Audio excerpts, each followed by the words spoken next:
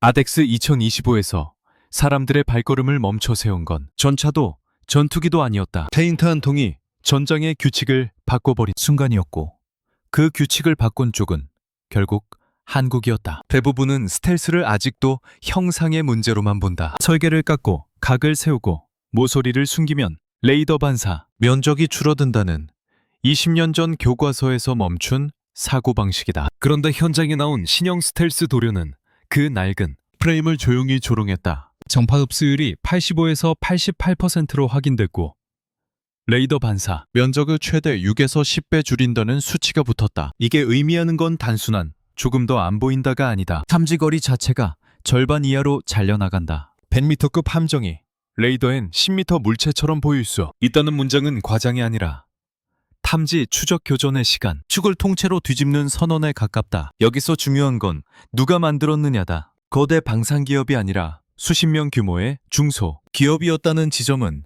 기술의 성격을 노출한다. 거대 플랫폼을 쥔 나라가 이기는 게임이 아니라 소재, 공정, 정비 체계를 통째로 쥔 쪽이 이기는 게임이라는 뜻이다. 미국이 스텔스를 독점해온 이유는 기체 하나를 설계해서가 아니다. 고가의 흡수제, 까다로운 도포 공정, 외피 유지와 추리에 폐쇄된 생태계까지 묶어 전력을 상품처럼 통제해왔기 때문이다. 그런데 한국은 그 통제의 중심을 가장 원초적인 층위인 도료에서 끊어냈다. 기존 스텔스 도료의 취약점은 성능이 아니라 운영이었다. F-35는 외피 유지 비용만 연간 대당 약 10억 원 수준으로 언급되고, 스텔스 코팅 수리만으로 운영 중단 일수가 30%를 넘는다는 감사 보고서까지 회자된다. 스텔스가 비싼 무기가 아니라 비싼 정비 체계로 굴러간다는 고백이다. 반면 이번 도료는 내구성이 기존의 2배, 수명은 5년 이상으로 늘어나 유지비를 크게 낮출 수 있다고 제시된다. 이 차이는 단순 회계상의 절감이 아니다. 전시 지속기간이 길어질수록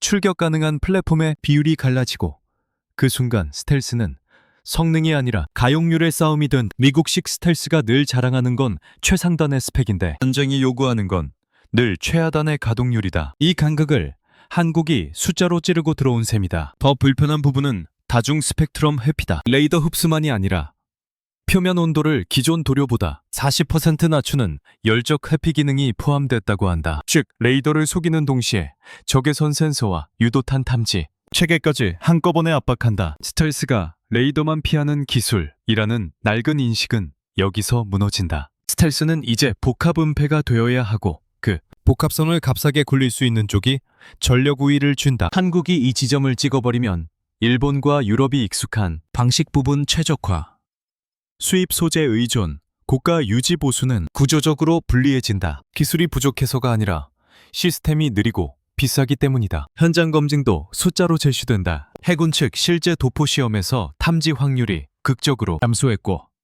해상 감시 레이더에 포착된 신호 강도가 기존 도료 대비 1분의 2하로 줄었다고 한다. 이 데이터에 대해 ADD가 실전 배치가 가능한 수준이라는 결론을 내렸다는 언급은 단순 전시 데모가 아니라 전력화 로드맵의 문턱을 넘었다는 신호다. 적용 대상이 KDDX, 잠수함 외피, KF-21까지 이어지는 것도 같은 맥락이다. 이제 스텔스는 특정 기종의 특권이 아니라 한국 플랫폼 전체에 깔리는 인프라가 될 수 있다. 핵심 소재 설계도 흥미롭다. 고분자 전도성 복합체 기반으로 나노 단위 입자가 전파를 다중 산란시켜 흡수하는 구조. 즉, 흡수 그 자체를 넘어 산란 제어까지 끌어들이는 방식이다. 그리고 무게는 1제곱미터당 약 0.7kg 수준으로 언급된다. 기존 스텔스 도료가 2.5kg 수준이라는 비교가 붙으니 약 70% 경량화다. 이 차이는 항공기든 함정이든 연료 효율과 항속에 직결된다. 스텔스 때문에 무거워진다는 오래된 한계를 한국이 소재에서 잘라내는 장면이다. 미군이 탄소 페라이트계 흡수제, 니켈 철계 흡수제를 축으로 발전시켜온 동안 한국은 그래핀 복합체 기반으로 다른 길을 탔다고 한다. 산업적으로는 더 불편하다. 남들이 쌓아온 공급망과 인증 체계를 우회해 다른 재료군으로 게임을 다시 시작해버렸기 때문이다. 그리고 결정타는 국산 화율 98%다. 원료 대부분을 국내에서 조달할 수 있고, 공급망이 안정적이라 대량 양산이 가능하다는 문장은 단순 자부심이 아니라 전시 지속성의 선언이다. 해외 스텔스 코팅제는 미국의 수출 통제 조항 아래 묶여 수입 자체가 어렵다는 현실이 있다. 즉,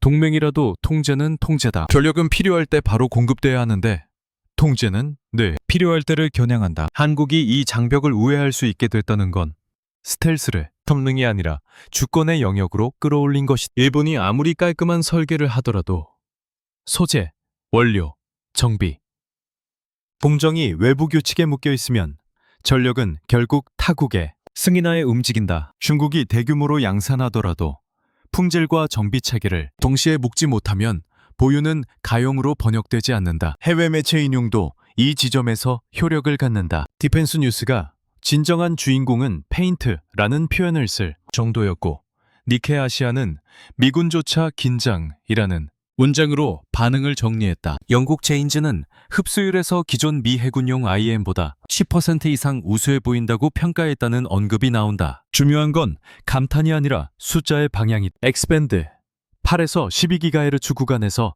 흡수율 88%를 기록했다는 대목은 단순 기술 자랑이 아니라 전투기, 레이더와 미사일 유도 시스템의 주 사용 대역을 겨냥했다는 뜻이다. 반면 미국과 유럽의 기존 도료가 평균 70에서 78% 수준이라는 비교가 붙으면 흡수율 10% 차이가 탐지, 거리에서 30에서 40% 차이를 만든다는 논리로 이어진 200km에서 잡히던 표적이 120km까지 들어와야 보인다는 식의 전환은 교전 규칙을 바꾸는 차이다. 이 지점에서 스텔스는 비싸서 유지가 힘들다는 변명은 더 이상 핑계가 아닌 유지비와 공정 시간을 줄이면서 흡수율을 올려버리는 모델이 등장했기 때문이다. 85에서 88%라는 숫자는 전 시장에서 보기엔 그럴듯한 기술 수치처럼 보일 수 있다. 그러나 전장에서 이 수치는 성능 개선이 아니라 교전, 질서의 재편을 의미한다. 스텔스 기술을 이해하지 못하는 쪽은 이 차이를 고작 10% 남짓으로 받아들이지만 레이더와 유도 체계를 실제로 운용해 본 쪽은 이 수치가 곧 감지, 추적, 발사라는 연쇄고리를 어디서 끊느냐의 문제라는 걸 안다. 레이더 흡수율 85에서 88%라는 건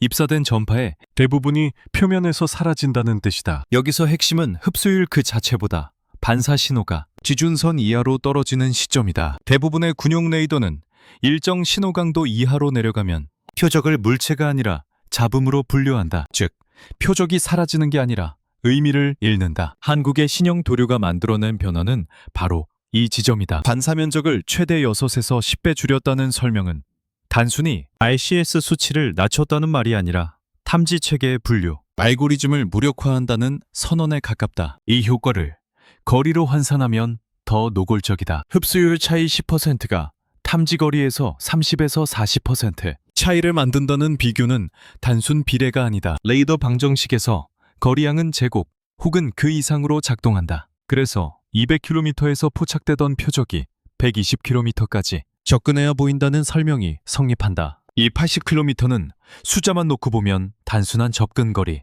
같지만 실제 작전에서는 선제권의 상실을 의미한다. 미사일을 쏠 수 있는 쪽과 맞을 준비를 해야 하는 쪽이 갈리는 경계선이 통째로 밀려난다. 더 불편한 진실은 이 구간이 바로 대부분의 전투기, 레이더와 유도 미사일이 사용하는 X밴드라는 점이다. 한국 도료가 이 대역에서 88% 흡수율을 기록했다는 언급은 어디서 잘 된다는 이야기가 아니다. 가장 치열하게 쓰이는 구간을 정확히 겨냥했다는 뜻이다. 반면 미국과 유럽의 기존 도료가 평균 70에서 78% 수준에 머문다는 비교는 기술 격차라기보다는 설계, 철학의 차이를 드러낸다. 그들은 형상 설계와 레이더 흡수의 조합으로 문제를 풀어왔고 흡수제 자체의 극단적 성능 향상에는 상대적으로 보수적이었다. 이유는 명확하다. 흡수율을 끌어올릴수록 무게, 열, 유지보수라는 비용이 기하급수적으로 늘어나기 때문이다. 그런데 한국의 접근은 다르다. 흡수율을 끌어올리면서 동시에 무게를 줄이고 열 특성을 맞추고 수명을 늘린다는 기존 질서에선 성립하기 어려운 조합을 제시한다. 이 때문에 85에서 88%라는 수치는 단순 기술 성과가 아니라 왜 지금까지 아무도 이 길을 선택하지 않았는가? 라는 질문을 강제로 던진다. 답은 간단하다. 이 길은 대기업 중심의 방산구조, 외산 소재 의존, 복잡한 인증체계 속에서는 시도하기 어렵기 때문이다. 다시 말해 기술의 문제가 아니라 산업 구조의 문제였다. 탐지거리 감소는 곧 교전 시간의 축소로 이어진다. 레이더에 늦게 잡힌다는 건 그만큼 늦게 추적되고 늦게 교전 절차에 들어간다는 뜻이다. 이 과정에서 지휘 통제 체계는 항상 한 박자씩 밀린다. 현대 전장에서 이 한 박자는 치명적이다. 데이터 링크로 공유되는 표적 정보는 언제 잡혔느냐를 기준으로 흘러가는데 최초 탐지 시점이 밀리면 그 이후 모든 판단이 뒤틀린다. 한국 도료가 만들어내는 효과는 단순히 개별 플랫폼의 생존성 향상이 아니라 적 전체 네트워크의 반응 속도를 둔화시키는 효과다. 여기서 또 하나 간과하기 쉬운 부분은 흡수율이 높아질수록 각도 의존선이 낮아진다는 점이다. 기존 스텔스 도료는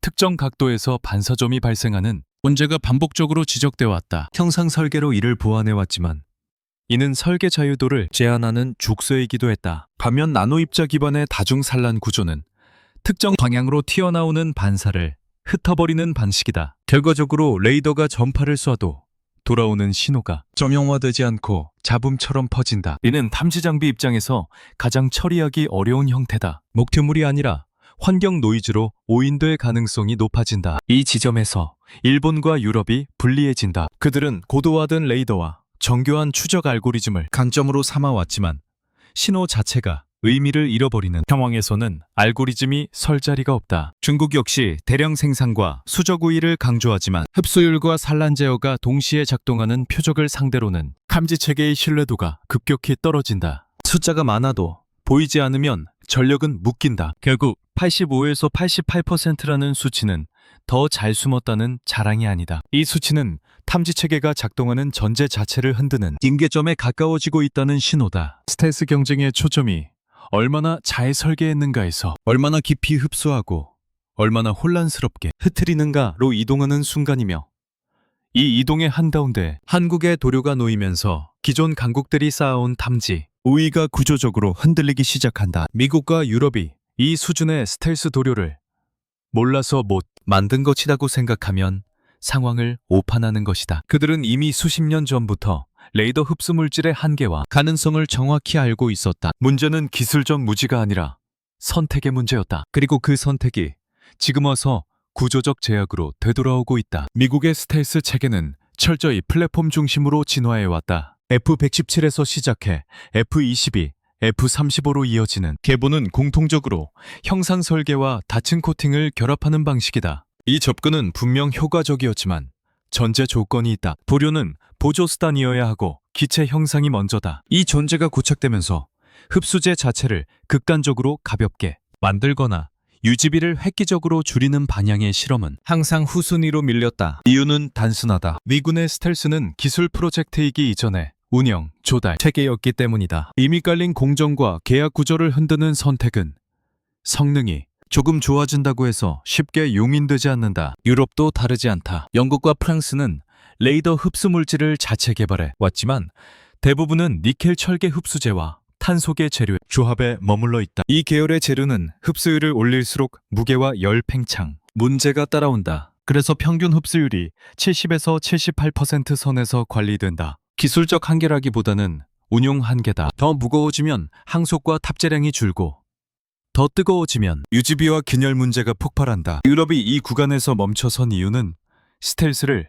전력의 일부 옵션으로 다루기 때문이다. 유지비가 감당 가능한 선을 넘지 않는 게 최우선 조건이었다. 반면 한국이 택한 방향은 애초에 다른 질문에서 출발한다. 어떻게 더 완벽하게 숨길 것인가가 아니라 어떻게 전시에 계속 쓸 수 있을 것인가. 이 질문은 자연스럽게 재료와 공정으로 향한다. 고분자 전도성 복합체, 나노단위 입자 배열, 파중, 차량 구조라는 선택은 흡수율을 올리면서도 무게를 줄이고 열 문제를 제어할 수 있는 쪽으로 설계된 결과다. 미국이 탄소 페라이트계 흡수제를 중심으로 진화해온 반면 한국은 그래핀 복합체 기반으로 전자파 흡수, 효율을 끌어올렸다는 언급은 단순한 재료 차이가 아니다. 공급망과 유지 체계까지 함께 바꾸는 선택이었다. 이 선택이 왜 미국과 유럽에선 어려웠는지도 분명하다. 스텔스 도료는 단순한 물질이 아니라 인증, 정비, 보안, 수출 통제까지 얽힌 체계다. 미군의 레임 계열은 수출 통제 조항 아래 묶여있고 동맹국조차 자유롭게 접근할 수 없다. 이는 기술 보호라는 명분 아래 사실상 스텔스의 확산을 통제하는 장치였다. 그런데 한국의 도료는 국산화율 98%라는 숫자로 이 구조를 우회한다. 원료 대부분을 국내에서 조달하고 국내 정비소에서 보수할 수 있다는 건 미국식 통제 구조를 기술적으로 무력화한다는 뜻이다. 미국 입장에서 긴장할 수밖에 없는 이유다. 일본의 상황은 더 미묘하다. 일본은 소재 기술에서 강점을 갖고 있지만 군사용, 스텔스 도료 분야에선 여전히 미국 체계에 깊게 연결돼 있다. 독자적인 흡수제를 개발하더라도 실제 전력화 단계에서 미국 기준과의 정합성을 벗어나기 어렵다. 이는 기술의 문제가 아니라 정책 선택의 결과다. 스텔스의 핵심을 외부 기준에 맞추는 순간 속도와 방향은 항상 제한된다. 한국이 중소규모 기업을 중심으로 이 영역을 뚫고 들어온 것과 대비되는 지점이다. 중국은 다른 함정에 빠져 있다. 대량 생산과 수적 우위를 앞세울 수 있지만 흡수율, 산란 제어,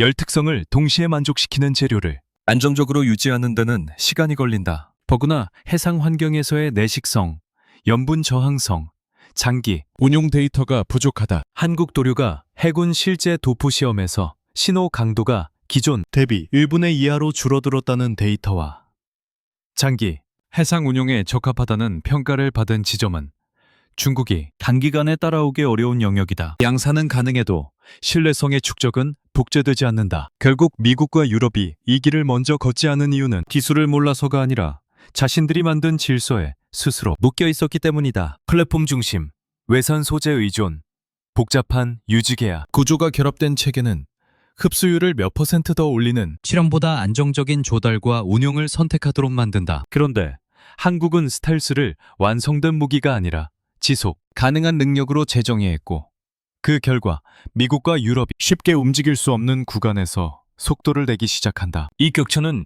단기간에 메워질 성질의 것이 아니라 산업, 구조와 결정 방식의 차이가 누적된 결과로 남는다. 스텔스를 레이더 하나로 설명하는 순간 분석은 이미 절반이 잘려나간다. 현대전장은 오래전부터 다중센서 환경으로 넘어갔고 레이더에 잡히지 않는 표적이라도 열과 광학, 그리고 유도 체계 앞에서는 다시 드러난다. 그래서 이번 한국 도료의 핵심은 레이더 흡수율이 아니라 표면 온도를 기존 도료 대비 약 40% 낮췄다는 지점에 있다. 이 수치는 장식이 아니다. 스텔스를 단일 스펙에서 다중 스펙트럼 회피로 끌어올리는 분기점이다.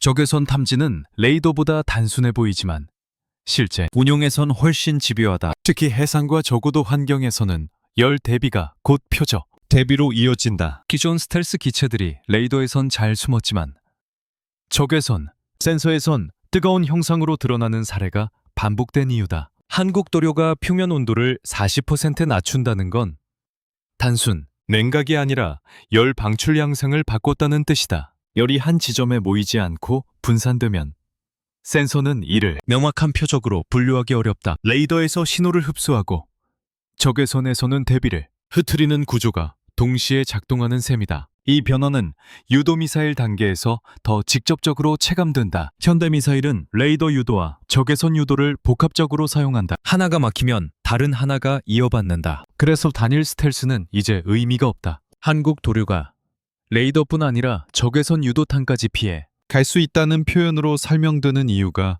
여기에 있다. 흡수율과 열 저감이 결합되면 미사일의 탐색, 추적, 알고리즘은 신뢰도를 급격히 잃는다. 표적이 있는지 없는지가 아니라 어디에 있다고 확신할 수 없는 상태가 된다. 이 지점에서 무게와 열의 관계가 다시 등장한다. 기존 스텔스 도료는 흡수율을 올릴수록 무거워지고 무거워질수록 마찰과 열이 증가하는 악순환에 빠졌다. 항공기에서 이는 치명적이다. KF-21과 같은 초음속 전투기는 비행 중 마찰로 표면 온도가 200도에 육박한다는 언급이 나온다. 한국 도료가 250도까지 견디도록 설계됐다는 설명은 단순히 안 녹는다는 의미가 아니다. 고온 환경에서도 흡수율과 구조가 유지된다는 뜻이다. 열 때문에 균열이 생기고 균열 때문에 성능이 떨어지는 기존 도료의 문제를 정면으로 겨냥한다. 해상 환경에서도 마찬가지다. 염분, 습기, 장기 노출은 도료의 성능을 가장 빠르게 갉아먹는다. 기존 미국산 외임 도료가 2에서 3년마다 교체를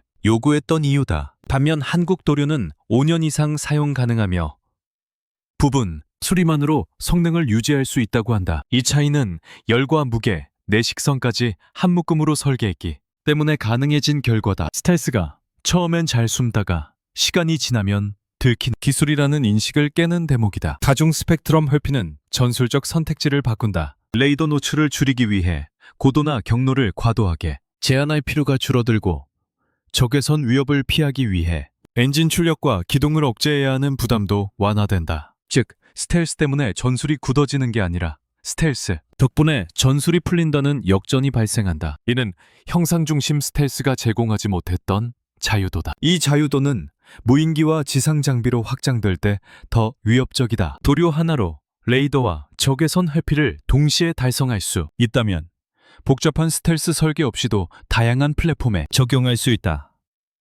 한국 도료가 항공기와 함정뿐 아니라 무인기, 지상, 장비까지 적용 가능한 범용 소재로 언급되는 이유다. 일본과 유럽이 플랫폼별로 스텔스를 설계해온 방식과 달리 한국은 소재 하나로 여러 전력을 묶는 방향을 택한다. 스텔스의 진짜 전쟁은 레이더 스크린이 아니라 센서들이 서로 교차하는 경계면이다. 그 경계에서 열, 무게, 내구성을 동시에 관리하지 못하면 스텔스는 오래 버티지 못한다. 한국 도료가 제시하는 다중 스펙트럼 회피는 상대에게 어디서 보고 무엇으로 쏠 것인가 라는 질문 자체를 불안정하게 만들기 시작하고 이 불안정성은 시간이 지날수록 누적되어 전장의 판단을 흐리게 만든다. 스텔스의 승부는 전장에서 끝나지 않는 실제로는 정비 경납고와 예산표에서 갈린다. 한국 도료가 가장 직접적으로 겨누는 지점도 성능이 아니라 유지비와 가동률이다. 이 영역은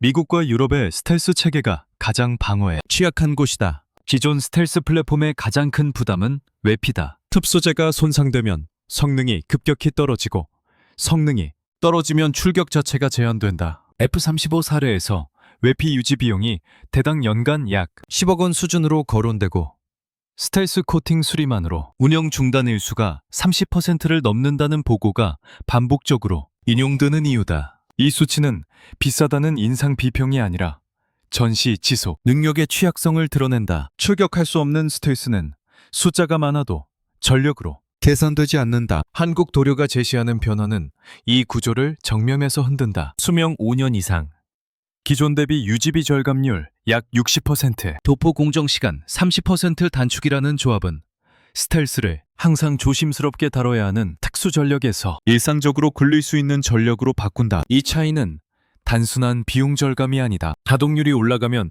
작전 계획의 전제가 달라지고 작전 전제가 바뀌면 지휘 판단의 기준이 바뀐다. 미국식 스텔스가 늘 전제해온 것은 언제든지 쓸 수는 없다는 조건이었다. 한국은 이 조건을 느슨하게 만든다. 부분 수리 가능성은 특히 치명적이다. 기존 웸 계열 도료는 손상 부위가 생기면 넓은 면적을 다시 처리해야 했고 이 과정에서 외국 기술진의 개입이 필요했다.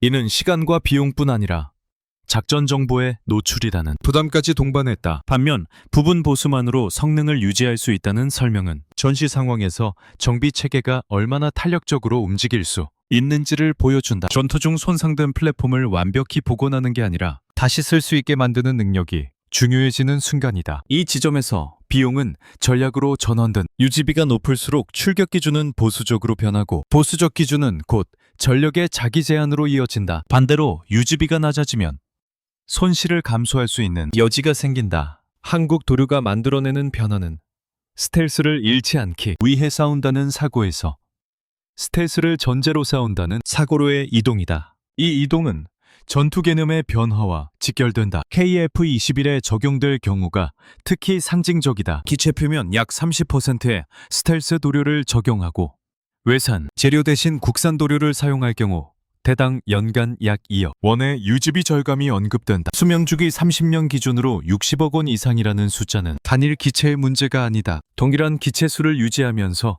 더 많은 훈련, 더 많은 출격, 더 많은 실전적 운용을 가능하게 만든다. 반대로 외산 도료에 의존하는 쪽은 동일한 예산으로 점점 적은 비행 시간을 확보하게 된다. 이 격차는 눈에 보이지 않게 누적된다. 해군 전력에서도 마찬가지다. 염분과 습기에 노출되는 함정 외피는 유지비의 블랙홀이다. 도료 교체 주기가 짧을수록 정비 일정은 늘어나고 작전, 공백은 길어진다. 한국 도료가 장기 해상 운용에 적합하고 내식성과 염분, 저항성이 뛰어나다는 평가를 받는 이유는 단순 내구성, 자랑이 아니다. 전시의 함정을 항구에 묶어두지 않아도 되는 시간을 빌린다는 뜻이다.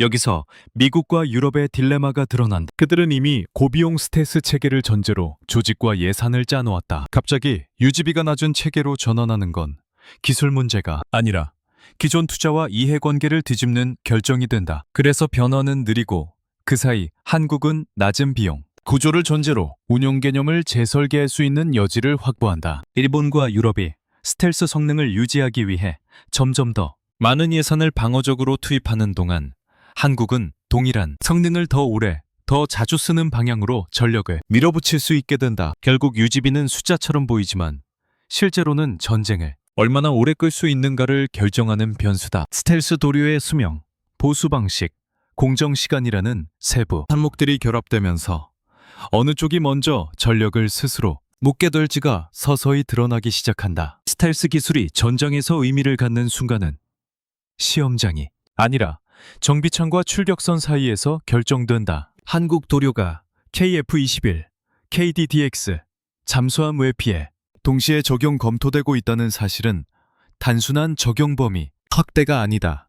이는 스텔스를 특정 플랫폼의 옵션이 아니라 전력 전반에 빨리는 운영 인프라로 전환하려는 의도를 노골적으로 드러낸다. KF-21의 경우가 가장 직접적이다. 기체 표면 약 30%의 스텔스 도료를 적용한다는 언급은 완전 스텔스 기체를 흉내내겠다는 선언이 아니다. 필요한 구간에 필요한 만큼만 스텔스를 배치해 유지비와 가동률의 균형을 최적화하겠다는 접근이다. 외산 재료를 국산 도료로 대체할 경우 대당 연간 약 2억 원의 유지비 절감이 가능하다는 수치는 단순 비용, 비교가 아니라 운용 철학의 차이를 보여준다. F-35가 스텔스를 유지하기 위해 비행을 조절하는 기체라면 KF-21은 비행을 전제로 스텔스를 관리하는 기체로 설계 방향이 갈라진다. 이 차이는 장기적으로 누적된다. 수명주기 30년 기준으로 60억 원 이상 절감된다는 계산은 동일한 예산으로 더 많은 출격, 더 많은 후연, 더 많은 실전적 피드백을 확보할 수 있음을 의미한다. 전투기의 진화는 설계실에서 끝나지 않는다. 반복 출격과 운용 데이터가 쌓일수록 성능은 실제 전장에 맞게 다듬어진다. 유지비가 낮을수록 이 순환은 빨라진다. 반대로 유지비가 높은 플랫폼은 성능을 아끼느라 경험을 포기하게 된다. 해군 전력에서의 의미는 더 직설적이다. KDDX와 같은 차세대 구축함은 레이더 반사 면적을 줄이는 것이 생존성과 직결된다. 기존에는 형산 설계와 상부 구조물 배치로 RCS를 관리해왔지만 이는 설계 자유도를 제한하고 개조를 어렵게 만든다. 도료 자체가 은폐 효과를 완성하는 단계로 들어가면 함정 설계는 다시 유연해진다. 더 중요한 건 실제 도포 시험에서 탐지 신호 강도가 기존 대비 1분의 2하로 감소했다는 데이터다. 이 수치는 설계 단계의 가정이 아니라 실전 배치 가능성을 판단하는 기준선이다. ADD가 실전 배치 가능이라는 결론을 내렸다는 언급은 기술 시연이 아니라 전력화 문턱을 넘었다는 신호다. 잠수함 외피 적용 역시 같은 맥락이다. 잠수함의 스텔스는 단순히 소음 문제가 아니다. 해상 감시 레이더와 연동된 탐지 체계가 점점 정교해지는 환경에서 외피의 전자기적 특성은 무시할 수 없는 요소가 된다. 도료 하나로 레이더 반사와 열 신호를 동시에 관리할 수 있다면 잠수함의 은밀성은 특정 상황에서 한 단계 더 강화된다. 이는 소음 억제 기술과 경쟁하는 개념이 아니라 서로를 보완하는 층이다. 여기서 결정적인 차별점은 누가 정비하느냐다. 과거에는 외산 스텔스 도료를 도입해도 보수 공정은 외국 기술진의 손을 거쳐야 했다. 이는 시간과 비용의 문제를 넘어 전시 상황에서 정비, 주권이 외부에 묶이는 구조를 의미했다. 한국 도료는 해군과 공군 정비소에서 자체 보수가 가능하다는 점을 전제로 한다. 다시 말해 손상된 스텔스를 다시 전력으로 복귀시키는 결정권이 현장에 있다. 이 차이는 위기 상황에서 치명적이다. 전력 운용의 관점에서 보면 이는 스텔스를 언제 쓸 수 있는가? 라는 질문을 스텔스를 언제든 쓸 수 있는가로 바꾼 일본과 유럽이 여전히 외산 도료와 복잡한 정비 절차에 묶여있는 동안 한국은 동일한 플랫폼을 더 자주, 더 과감하게 운용할 수 있는 조건을 갖춘다. 스텔스가 희소한 자산일수록 운용은 보수적으로 변하고 보수적 운용은 곧 전력의 자기 억제로 이어진다. 한국이 선택한 길은 이 자기 억제를 구조적으로 제거하는 방향이다. 결국 KF21, KDDX 잠수함으로 이어지는 적용. 검토는 기술 과시가 아니라 오형 개념의 통일을 의미한다. 하나의 소재, 하나의 정비 체계, 하나의 공급망으로 공군과 해군 전력을 묶는 순간 스텔스는 더 이상 개별, 무기의 속성이 아니라 한국군 전체의 기본 전제가 되기 시작한다. 이 전제가 굳어질수록 외산 스텔스 체계에 의존하는 쪽은 점점 더 많은 제약을 감수해야 하는 위치로 밀려난다. 스텔스 기술에서 가장 늦게 드러나지만 한번 드러나면 되돌릴 수 없는 격차가 공급망이다. 한국 도료의 국산화율 98%라는 숫자는 기술 성취를 넘어 전쟁 수행 능력의 방향을 결정하는 지표다. 이 수치는 잘 만들었다가 아니라 누가 통제하는가에 대한 답이다. 스텔스 도료는 원료부터 공정, 보수까지 전 과정을 묶어야 의미가 있다. 원료의 상당 부분을 해외에 의존하는 순간 성능은 있어도 전력은 불안정해진다. 미국과 유럽의 스텔스 체계가 바로 이 구조에 놓여 있다. 핵심 흡수제는 수출 통제 조항 아래 묶여 있고 도입하더라도 보수와 개량은 원 제작사의 승인과 개입을 필요로 한다. 평시에는 관리 가능한 불편이지만 위기 상황에서는 전력 사용의 상한선으로 작동한다. 필요한 만큼 쓰지 못하는 전력은 존재하더라도 억제된다. 일본의 약점은 여기서 더 선명해진다. 일본은 소재 산업에서 강점을 갖고 있지만 군사용 스텔스 영역에서는 미국 체계와의 정합성을 벗어나기 어렵다. 복자 기술을 확보해도 실제 전력화 단계에서 미국 기준과 충돌하는 순간 속도가 늦어진다. 이는 기술 역량의 문제가 아니라 정책 선택의 누적이다. 스텔스를 동맹의 틀 안에서 관리해온 결과 독립적 공급망을 구축할 유인이 약해졌다. 반면 한국은 처음부터 자체 적용, 자체 보수, 자체 양산을 전제로 움직였다. 국산화율 98%라는 수치는 그 선택이 되돌릴 수 없는 단계에 들어섰다는 신호다. 유럽은 더 복잡하다. 다국적 협력 구조 속에서 소재 하나를 바꾸는 데에도 시간이 걸린다. 인증, 조달, 분담 비율이 얽혀 있어 단일 국가처럼 빠르게 방향을 틀기 어렵다. 흡수율을 더 끌어올리거나 유지비를 더 낮추는 선택이 가능하더라도 누가 비용을 부담하고 누가 이익을 였는지를 합의하는 데서 발이 묶인다. 한국 도료가 제시하는 빠른 전력화와 대량 양산 가능성은 이런 구조적 느림과 정면으로 대비된다. 중국은 공급망을 장악할 수 있는 나라처럼 보이지만 문제는 질이다. 스텔스 도료는 단순히 많이 만든다고 해결되지 않는다. 흡수율, 산란 제어, 열 특성, 내식성, 장기 운용, 데이터가 동시에 축적돼야 한다. 한국 도료가 해군 실도포 시험과 장기 운용 적합성, 평가를 통과했다는 언급은 이 축적의 시작점을 이미 넘었다는 뜻이다. 중국이 양산 능력으로 접근할 수는 있어도 동일한 신뢰성 곡선을 단기간에 복제하기는 어렵다. 공급망이 크다고 해서 곧바로 안정적인 전력으로 이어지지는 않는다. 국산화율 98%의 또 다른 의미는 전시 탄력성이다. 원료 대부분을 국내에서 조달할 수 있고 국내 기업들이 협업 체계를 구축해 안정적인 공급망을 확보했다는 설명은 수요 급증 상황에서도 대응이 가능하다는 뜻이다. 외산 스텔스 도료가 수입 자체에서 막히거나 보수, 인력이 제한되는 상황과는 대조적이다. 전쟁이 길어질수록 이 차이는 누적된다. 초기 성능이 아니라 지속 가능성이 승부를 가른다. 이 지점에서 스텔스는 더 이상 기술 경쟁이 아니다. 산업과 정책의 문제다. 누가 원료를 통제하고 누가 공정을 이해하며 누가 현장에서 바로 고칠 수 있는가의 싸움이다. 한국은 이 세 가지를 동시에 묶어버렸다. 일본과 유럽이 여전히 외부 기준과 협의 구조에 묶여 있는 동안 한국은 단일 의사결정 체계로 전력을 밀어붙일 수 있는 위치를 확보한다. 결국 공급망에서의 우위는 눈에 띄지 않게 작동한다. 전투기 한 대, 함정 한 척의 성능 차이보다 느리게 드러나지만 한번 벌어지면 따라잡기 어렵다. 한국 도료의 98% 국산화는 스텔스 경쟁의 무대를 시험장이나 전시장이 아니라 국가 내부의 생산 라인과 정비 현장으로 옮겨놓는다. 이 무대에서는 기술을 사온 쪽보다 기술을 굴리는 쪽이 항상 유리해진다. 아덱스 현장에서 공개된 건 기술 시연이 아니었다. 보이지 않게 만드는 힘을 누가 통제하느냐에 대한 선언이었다. 스텔스 도료가 전투기나 함정의 외피를 덮는 순간 그것은 더 이상 수동적 방어 수단이 아니라 상대의 탐지, 체계를 압박하는 능동적 변수로 작동하기 시작한다. 한국 도료가 만들어낸 효과는 단일 플랫폼의 생존성, 향상으로 끝나지 않는다. 흡수율 85에서 88%, X밴드에서의 88% 수치, 무게 70% 경감, 수명 5년 이상, 유지비 절감 60%, 국산화율 98%라는 데이터들이 하나의 방향으로 정렬돼 전장의 계산식이 바뀐다. 상대는 더 많은 센서를 켜야 하고 더 긴 시간을 들여